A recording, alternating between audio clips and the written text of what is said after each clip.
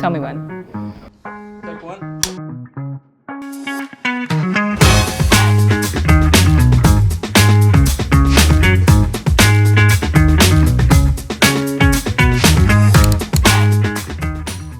I'm Anibal Casso. I'm the North America CSO for Ogilvy. My name is Mabinty. I work in the London office as a copywriter. Anibal, how are you doing? I'm doing great. How are you, Mabinty? Good, I'm good. I'm excited to be here. I'm very excited too. Okay, I've got a little question for you to kick off. Go. Are you an extrovert or an introvert?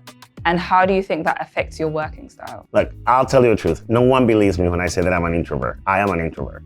However, I have a very extrovert personality, which is something that I developed in the industry, actually.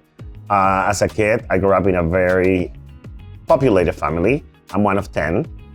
So I was very much an introvert for a long time, and deep inside, I feel that way. But then when I started working in advertising, it just changed because the dynamics and everything you have to do to interact from one team to the other, from one discipline to the other, from one client to the other, kind of like got me a little bit out there.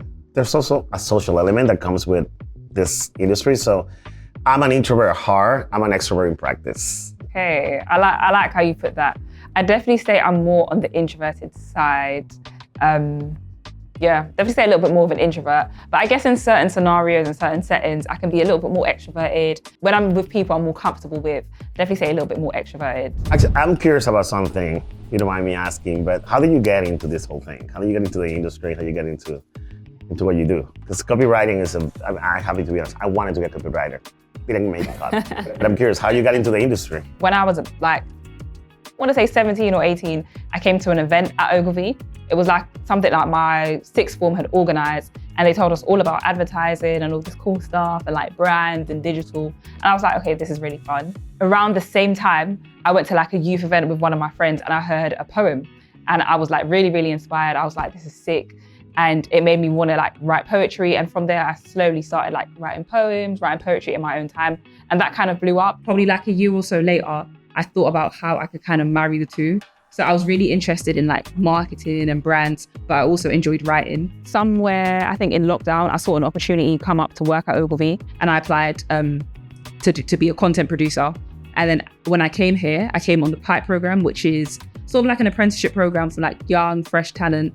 And I got stuck in, and obviously because I like writing, I did a lot more of that, and like they saw that. So eventually I got made permanent, and now I'm a copywriter. Wow, that's an exciting journey. What about you? How was your journey into everything you do, and also Ogilvy? I was a kid, I love numbers, so I got a scholarship to be an industrial engineer. And I went, spent a year doing that, and then I met a girl. And I was sharing an industrial design class with her, and she saw me into you will be great for advertising and you know the things you do for love. After a quarter, I switched to advertising. I left my scholarship, which my parents were not happy about. And then 20, 30 years something later, here I am. Now, how did I get to where I am now? I went through every single chapter you can imagine. I started as an account person for 3.5 months before I got fired because I suck at it.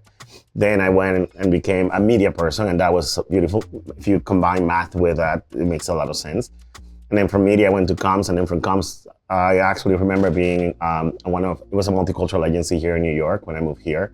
And I was with the head of creative strategy. And I told the person one quote that I always believe in. And the person was saying, you should talk to my team. It was simply that I don't think creativity is a department, creativity is an attitude. And just talking about that, he gave me a chance. And then since then, I've been on creative strategy and branding strategy, however you call it.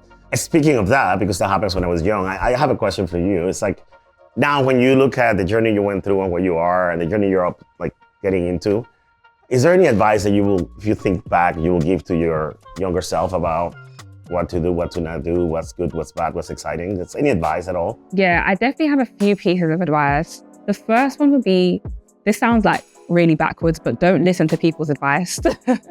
Well, I shouldn't say don't listen to people's advice, rather don't listen to people's opinions too much. Because I feel like when you listen to people's opinions too much, often it can deter you, or like, obviously people like to play it safe, especially people that care about you. They want, the best for you. So they'll often think about the safest route.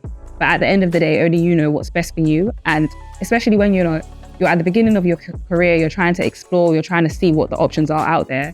Do whatever you feel is best, do whatever you have an interest in. I'd say do loads of research. Research is really important, and also just believe in yourself. That's beautiful. And honestly, I have to say I relate to it a lot. Is there anything that you wish you knew earlier? I would say it wasn't until maybe 10 years into my journey, 15 years into my journey that I came to peace with the fact that there's no industry without people. I found this crux between managing people to get to a goal versus creating an environment where things happen. I have a philosophy that since day one I've been practicing here and that I learned over the years, which is the best environment is where you find the perfect balance between craft and kindness. So I think that when it comes to me, and if I give them advice, or if I think about things I wish I knew back then, it's like spend more time on finding the balance. And as long as you're surrounded with good people, the rest will handle itself. I love that. That's really good. I have a question relating to something that you said. So on the topic of people and kindness and kind of just uplifting people, how important do you think it is that people get, rewarded and recognized for the work that they do? Oh, that is huge. And it's by far one of the most important things that I feel like we need to be able to keep people motivated and inspired. The key to me on that though is, what do we define as reward? Sometimes a reward could be, a phone call after a hard day. Sometimes it could be a random surprise saying, hey, just take the day off. If the scale of it, the size of it really doesn't matter. What really matters is intention. Yeah, I get what you mean. I don't know if you'd agree with this, but I feel like the age of social media has allowed us to do this a little bit more. So people are always posting their work on Instagram, posting their achievements on LinkedIn. And I feel like it's even more of an opportunity for us to sort of celebrate each other and be like, that's really cool, tell me more. What do you think? I agree. And support is where I think there's a lot of value there. There's something really fascinating about, if I post something about work that I just did and then I list every single member of my team that was part of it. What we expect from that is not just self-reward. What we expect is feel the pride of what we just did. And that camaraderie, that community, that environment, because we're a family. In a way or another, we spend more time together as a team than when we spend our own blood families. So I think there's ways, and I love that you mentioned that, because there's ways to rechannel, refocus how we use social media as a tool, not just to promote the things we've done and get a reward that comes from the out world, but also as an internal thing in which we, fuel each other and help each other and promote each other in a way that we feel more rewarded. I love that you brought that up. Thank you. I'm curious, you being in London, which is one of my favorite cities, by the way, one of my favorite cities. Tell me, what about London? What about your city fuels or makes you feel really excited or impacts your day-to-day as a copywriter, as a human, or both? One thing I'd say about London is there's always something going on and there's something for everyone, from events to exhibitions to if you like skating, there's a skating community. If you like food, there's foodies. If you like running, there's running groups. There's literally something for everyone. And even when I say there's always something going on, I don't necessarily just mean organized events. You could be walking in central London and there's people dancing on the street, or there's someone that's trying to talk to you, trying to sell something to you. So it's a city that's always on. It's a city that if you're looking for inspiration in some sort of way, there is something there. I do believe London is always on. And I know New York called itself that, but London is always on. Another thing I'd say I like about London is kind of just, there are so many cultures. So for example, I'm from London, I was born in London, but my family's from Sierra Leone. And if I go to certain areas of London, there's I have that community, I have the shops, I have the people, I have the hairdressers. So it's there's pockets of different communities everywhere. And it's nice to be able to have that sort of thing. And I'm sure that exists in a lot of different cities, but I'm grateful to have that, in my city in London. The thing about New York is it's very similar in terms of the diversity, the clash of cultures, and the taste. I think I was talking to a friend about this yesterday, and I would say the most fascinating thing to me, I've been here 20 years now.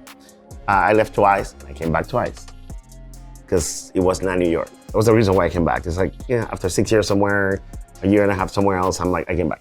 And it's because what makes New York magical, what makes New York really, really emotional to me is that I can transport myself from one culture to another just by walking a few blocks or taking a train.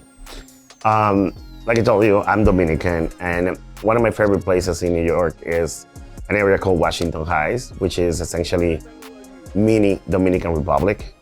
Once I get off the train, I step out and you only hear Spanish. You only hear, everything from my childhood, everything from me growing up is literally alive in Manhattan. It's a whole different neighborhood, and all my favorite foods, everything authentic is there. But that is just obviously an example that gets close to home because of my heritage. But I can do the same if I want to go to Koreatown, if I want to go to Chinatown. And I know everywhere in the world there's different mini towns, but the clash of all those things, the fact that you have a choice to feed yourself with different cultures, with different languages, with different foods. I like the taste of the new America, and I think New York is it's like the epicenter of it. So that feeds my creativity, my curiosity. Every time that I'm stuck on something, I'm like, oh, okay, let's go have a Vietnamese food, and then we go to a specific neighborhood, and you spend a whole day surrounded and immersed into a whole different culture. And then your mind just opens up and gets out of the clock. So I love that about living here. Speaking of New York and London, I have one question that might be related, but also very important to me. I love food.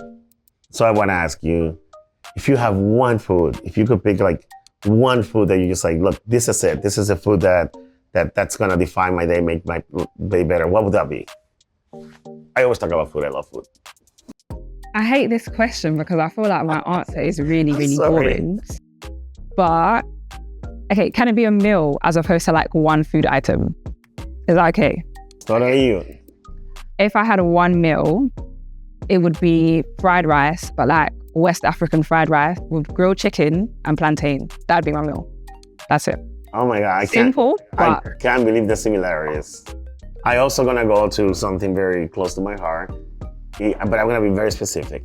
It has to be my mom's rice and beans, fried plantains, and braised oxtail. You just can't beat that.